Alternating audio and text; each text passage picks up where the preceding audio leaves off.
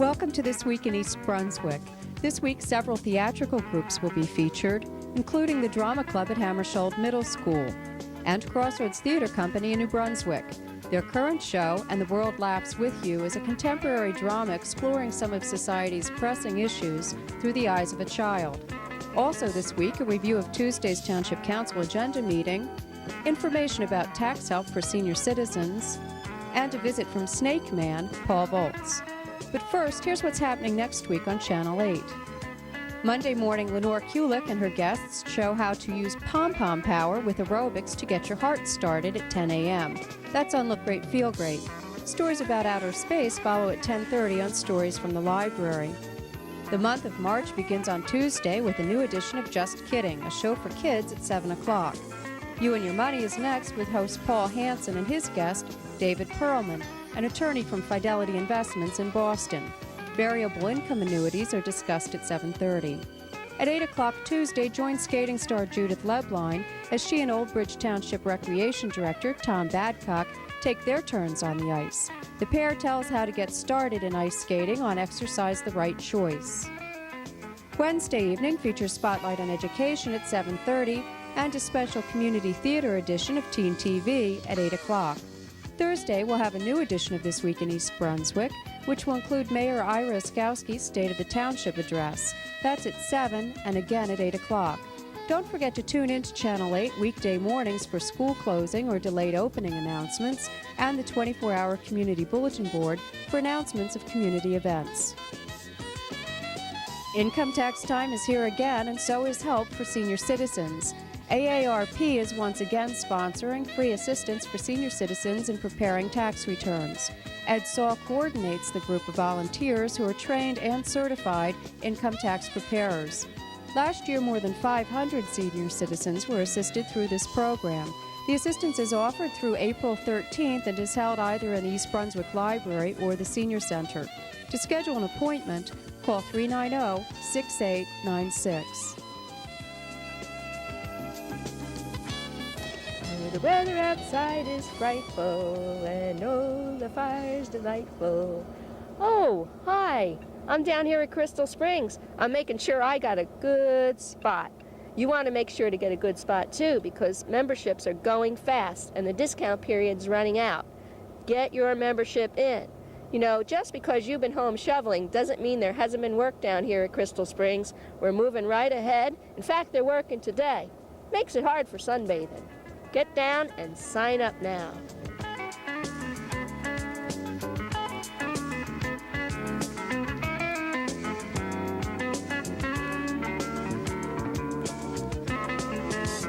At Tuesday night's Township Council agenda meeting held at the Senior Center, Mayor Ira Oskowski presented a proclamation honoring students from the SAVE group at Hammarskjold Middle School for their participation in the 1993 Clean Communities program. Whereas the Clean Communities program was established by the State Department of Environmental Protection and Energy to encourage communities to promote the cleanup of litter in their neighborhoods. And whereas a participant in the Clean Communities program, the Township of East Brunswick coordinates a litter pickup and removal program and encourages and facilitates the activities of citizen volunteers in litter reduction and prevention. And whereas on October 23, 1993, members of Hammarskjold Schools SAVE participated in 1993 Clean Community programs by performing the cleanup of Frost Woods in East Brunswick. Now therefore be proclaimed that I, Ira Oskowski, Mayor of the Township of East Brunswick, do hereby commend SAVE for their participation in the 1993 Clean Communities program and for their genuine concern for the environment and pride in keeping our community free of litter. Thank you very much. Thank you. The mayor also thanked the 4-H Royal Riders for their participation in the same event.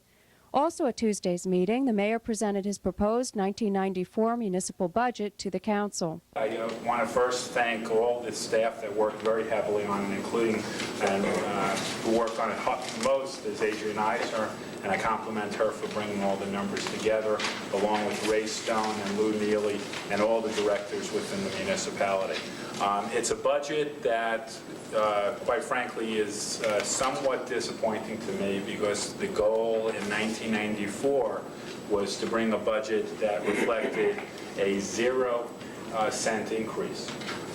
Because of the weather that we've had and some of the problems that we've had within the municipality, both labor costs and other costs associated with the storm, and a few other things that have increased within the municipality.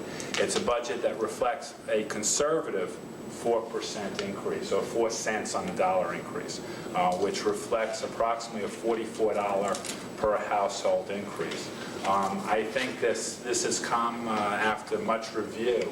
I can't apologize for the weather. All I can say is that the municipality did work very, very hard to bring it into lower levels.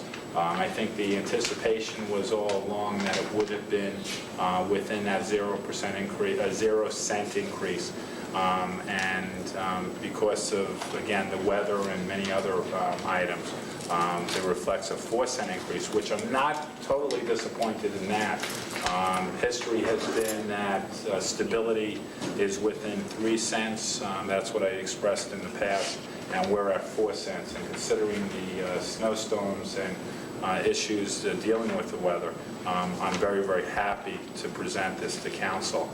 I also want to point out that I'm looking forward to working with council and the entire administration is to set up the budget hearings at the council president's request, whether it be 1 meeting or 2 meetings. The administration will be there to support the council president and the council in their deliberations. Township Council President Tom Clark tentatively scheduled 2 budget hearings for March 15th and March 22nd. The council is required to hold the hearings before they can vote for final approval on the budget. Also, Councilman Joe Hudak and other council members expressed concern to Finance Director L. Mason Neely about National Waste's inability to reschedule recycling pickups that were postponed due to the weather. Also raised was a question about the upkeep of the township's recycling center on Dunham's Corner Road. Neely explained that due to National Waste's district route schedule within the town each day, they don't have additional trucks available to pick up recyclables left uncollected because of snow. Council President Clark urged Neely to see what he could do about cleaning up the recycling center, which was impacted by residents dumping uncollected recyclables after the storms. Neely answered that it is a temporary problem which will be solved when the new recycling center located at Dunham's Corner Road and Church Lane is completed. Winter's been hard on many school programs this year, including Hammarskjold Middle School's Drama Club. Their winter performance was canceled due to snow so many times they ran out of calendar time to reschedule it. Involving about 3 dozen students, the performance included 5 short skits. Here's Drama Club advisor Amy Eisenberg to introduce a few minutes from each of them. I'm Amy Eisenberg. I'm the advisor to the Hammarskjold Drama Club. Before me are Martha Zaki, who is my assistant director. She's been wonderful. Vicky Pride and Parry Despanda have been the props coordinators and kind of generally everything else that was needed that Martha didn't provide. We are about to see 5 short skits, or actually segments of 5 short skits that the students have been working on since September. And they're all individual. They have nothing to do with each other, but they're all kind of cute, and I hope you really enjoy them. It's so unusual to get something for nothing. You've come to the right place. And this is Miss Charm. She's personally supervising all beauty treatments this week. How nice. I like to see the happiness of our patrons. Well, I doubt if a beauty cream could help me much. You have a lovely face, hasn't she, Miss Gloria? Quite striking. Why, thank you. Did you get a hold of John? Yes, they'll pick us up here. This is Miss Suzette, another of our skilled beauticians. Sit down, madame, and we'll begin right away. Same for you, dear. Hello. We're looking for our wives, but they're not here. John, wait! Don't go away! It's me! Rodney, can't you see it's us? Who are these two? I don't know. Never saw them in my life. It's a beauty treatment. Tell them it's free, Miss Charm. Exactly as promised. free application of the cream. But there's a charge for the cream, of course. And then, of course, there's a charge for the iPads and the facials and the service of our ladies. And you sign for the entire treatment, which comes to a mere $3.50. $3.50? No, $350. Oh, what? That much for this? Come on, Rodney. Let's go home. These two witches are strangers to me. Yeah, let them fly home on their broomsticks. Wait, don't go away! Wait for us! We saw the sign about the free application. Like, really, Fred? I give you my word, ladies. The application is absolutely free. Ring, ring. Shall I take it, Mary?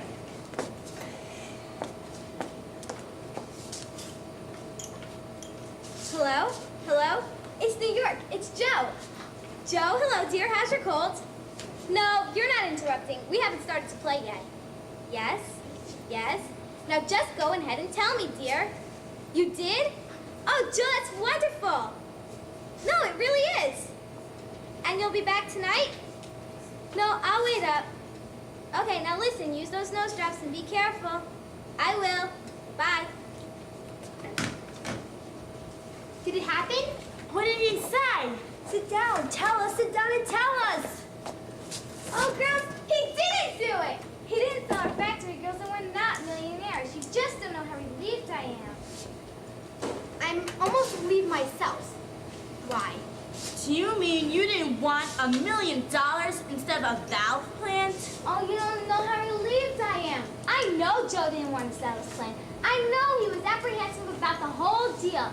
And yet, you know what courage it takes to refuse $1 million. You just don't know how relieved I am. You mean to tell me that you are relieved not to come to $1 million? Well, now I'll have to get married. What does this have to do with you getting married? This I'll have to tell my grandchildren. Excuse me, but I was just wondering if you would be my guest today. Whatever do you mean? I'd like to treat you to a bite to eat. Is that customary here? Oh, absolutely. We often give complimentary service to our better class customers. I think that's kind of you. The pleasure is mine, or ours. And may I sit here with you? Are you sure such a thing would be permitted? Certainly. I practically run this department store anyhow. Old man Willard, that's the owner. He leaves everything up to me. I didn't do anything wrong, did I? No, you didn't do anything wrong. You just took off your apron, sat down with a customer, she happened to be the niece of the boss, and made the brilliant remark that you would soon be managing the store. No, you didn't do much. Well, Hugh, I suppose I got what was coming. You warned me something would happen one of these days. And it happened sooner than I thought. But I am terribly sorry, Al. Well, I suppose I deserve it. I'm just a big windbag. Now brace up, Al. It may not be as bad as all that. Now hurry and get your apron and tray before somebody else comes along. There's no use. Mr. Will will be around in person any minute now, and I'll be headed straight for the pavement. Oh, it can't be that bad. Is there anything I can do? Nothing now. But I wish he had socked me in the jaw when I got the fool idea in my head a couple of minutes ago. I'll be glad to write you a good recommendation when you go after another job somewhere. Thanks. I'll need it. If I'm well enough to go look for another job. Ah, Stratton, you're just the man I wanted to see. Yes, Mr. Willard. Was there a young lady in the section a minute ago? Yes, sir, there was, sir. And did you know that she was my niece, Gertrude Stone? Yes, sir. And is it true that you treated her and sat down at the table with her? Yes, sir, I did, sir. She told me you did. She said it was one of the most amusing afternoons she's had in a long time. I thank you, Stratton, for being so pretty as her. That's the sort of thing that builds up in our business. You'll go a long way, Stratton. I thank you. Have you ever wondered why certain people throughout history have become extremely famous? While others are completely ignored. It's our belief that none of these people set out to become famous. Historically speaking, that is. That they were just ordinary people Going about their business. when they were thrust into a set of circumstances They left them no alternative but to bow to the inevitable and accept world's acclaim. put more simply, We believe that these peoples are not really heroes or heroines, but the victims of a most fortunate set of circumstances. and so, Ladies and gentlemen, we'd like to bring you to the possible truth behind some of history's most famous happenings. Sir Isaac Newton, as you all know, is credited with discovering the law of gravitation when an apple fell on his head. And this in itself can certainly be called a circumstance. However, It's our belief that at the time it happened, Sir Isaac paid little or no attention to his momentous discovery. as the scene opens, we find Sir Isaac peacefully resting under his favorite apple tree.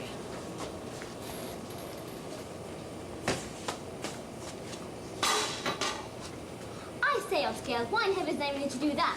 I'll tell you why, you lazy bum, because ever since we got back from our honeymoon, you ain't done nothing but lie under that stinking apple tree. 20 years you've been lying under that tree, and what's it got you? Idiot! Do you have to take everything I said literally? Of course I do, my dear. Every married man's quite literal to take everything his wife says, literally. Do you really mean that? Of course I do, my dear. It's one of the most important sayings in Poor Richard. Man, I wrote, if you're married, then take her literally. I further wrote that. Oh, shut up and go fly a kite. Mona, Doc, what's with the smile bit? When your husband ordered this portrait, he didn't say nothing about a smile bit, so knock it off, eh? Anyway, makes you look real silly. Silly, baby. I just couldn't help it. A girl has to, the way she feels inside. Gee, Mona doll, you're putting me on. The only time a dame looks like that is when she... You mean... Yep, just after the sit, and we're heading down to the in-laws' house to pick up the old crib. I believe they're highly poisonous, you know. And they have a rather nasty temper. Sort of like Mr. Caesar had. Highly poisonous? Nasty temper? How could a window ass... Hey, what's the idea of giving me a snake? You mean... Yes, I wanted a window ass with an H, so I could fix that blasted window. I don't know. Is that wise? I mean, if I leave town in the dead of night on a very fast horse, people are gonna talk. I mean, they'll be wondering why I'm leaving in such an all-fired-up hurry. Oh, no, they won't. They're gonna know why. As you're leaving, you're gonna be shouting that there's a red coater coming. What? At the rate you're going, you should come last week to start cleaning up for my party. I'm slow, but I'm thorough, Sally. Slow, but thorough. Want us to clean up in here now? And the kitchen not half done? Oh dear, what a day for Mother to go away. Today of all days. That's how things happen, but I'll get it all done. See if I don't. I'll work at all the houses around town, and they all say... I think the right thing to say is get busy. Oh, a picture. Yes, a picture. Glass frame and all. It's, lovely. Look at all those Nile green frills. Just the color you're painting your chair and table. Yeah, I love it. Do you really, Ada? Mm-hmm, it's the darlingest thing. Really? Mm-hmm. You really like it? Yeah, sure. Then it's yours. You may have it for your room. What do you think of this picture? How, gorgeous or lively, isn't it? Yes, do you like the colors? Aren't they gorgeous? I don't know when I've seen so many colors in one picture. They certainly would brighten up a room, wouldn't it? Oh, yes, yes, indeed. What do you think of this picture? Oh, it's the most super elegant thing I've ever seen. Do you like it? Oh, I love it. Then it's yours to keep. So tell me, back movers. No, really, I couldn't take nothing for that. Snake Man Paul Volt showed up Sunday at the East Brunswick Library with a half-dozen live, non-venomous snakes and several preserved examples of the poisonous kind. He talked to his audience of children and adults about where snakes live, what they eat, and how they grow. In March, Channel 8's Just Kidding will feature an interview with the Snake Man. Here's an excerpt. How did they get the names? Okay, let me get the garter snake out and I'll show you. Okay, many years ago, the scientist who first found the garter snake thought that this striped pattern reminded him of the garters he used to have to wear to hold his socks up. Now, garters back in the old days were about an inch wide or so of like a rubber bandy kind of material, and he used that to keep his socks up in place. And that's where he got his name, garter snake. Now, a lot of people will call him a garden snake or a gardener snake, but its real name is a garter snake. Okay, now let me get the other one out and tell you about the hognose snake. The hognose snake got his name because of his funny little nose. He's got a little hog, a little pig nose that he uses like a little shovel to dig in the leaves and mud and pine needles looking for toads, which is about the only thing that he eats. Okay? Mm-hmm. Okay, my next question is, how do the snakes defend themselves? How do they defend themselves? Well, the many snakes will defend themselves by doing absolutely nothing, just by sort of lying there and hoping that you don't see them, that the brown pattern on this fella's hide will sort of blend in with the pine needles and the leaves, and the garter snake is predominantly green. He would blend in with the grasses and you wouldn't see him. Others will run away. The hognose snake has a rather strange thing. What he does is, if we were to come upon our hognose snake, like walking out in the woods, he would flatten out his neck and hiss and butt at us, and then he would throw up his latest dinner and try to scare us away that way. And then if that didn't help, he turns himself upside down and plays dead. And he figures that if anybody wants to bother with him, they're not going to care for him anymore because he's dead. Watch for Just Kidding in March. What did you do? What you think? I'm all that. The Crossroads Theater Company in New Brunswick is now running its production of And the World Laughs With You. Written by playwright Karima and directed by Woody King Jr., the play is a contemporary drama that deals with some of society's pressing issues through the eyes of a child. 11-year-old Tyler is being raised by his grandmother in the comfort of the suburbs. When he goes to the inner city to reclaim the mother who deserted him, he meets the spunky 12-year-old errand runner, Trump. I don't know what she is. I don't know where mine is either. But I ain't waiting around no dog dank streets for her. She might even be in a jerk for all I know. Who you live with? My grandmother. Where your old man? Somewhere in California. Yeah, mine got the hell out of Dodge too. I live with my aunt, uncle, 4 cousins, 2 sisters, and brother. We live about 6 blocks from here. I don't know how to stay there though. Where do you stay? Wherever. Where do you go to school? Nowhere. You don't go to school? You deaf? I dropped when I was 8. How old are you now? 12. How old are you? 11. Almost 12. You still a boy. So are you. I'm a man. Yeah, right. You ever had any? Any what? P-U-S-S.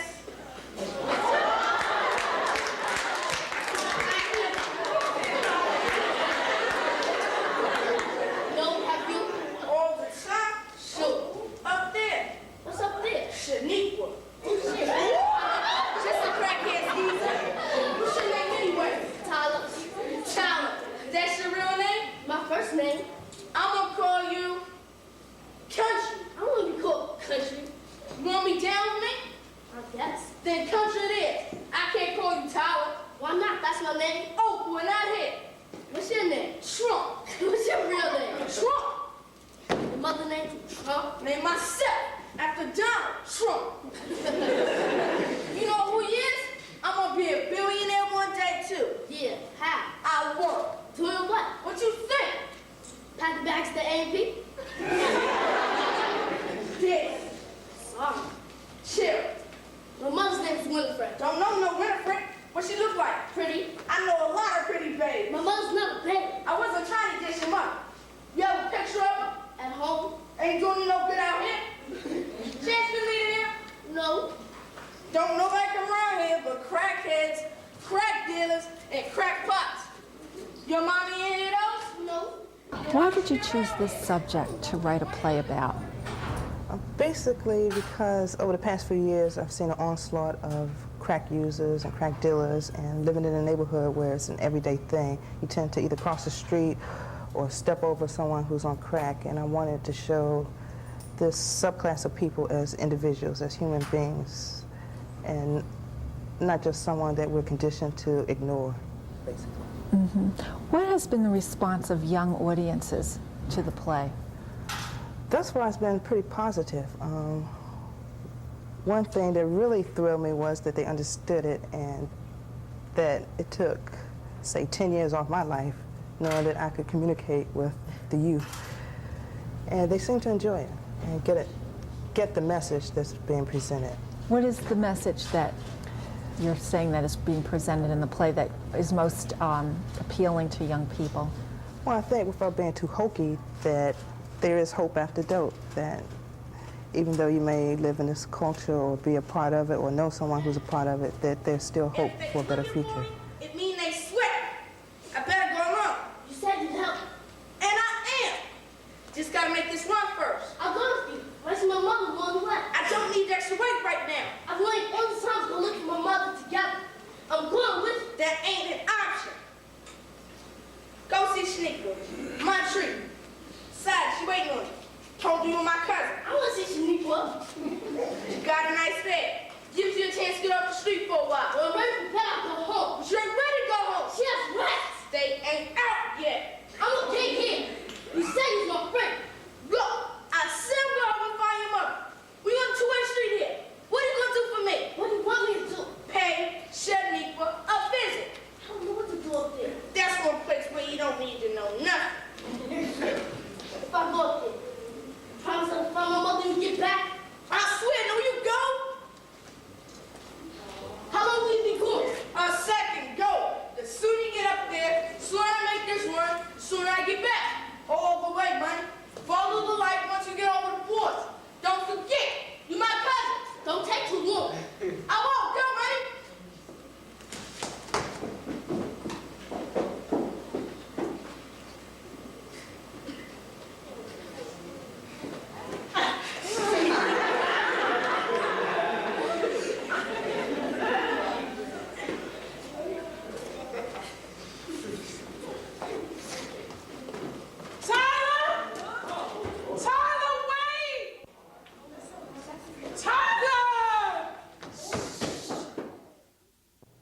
And The World Laughs With You will be running through March 13th at the Crossroads Theater in New Brunswick.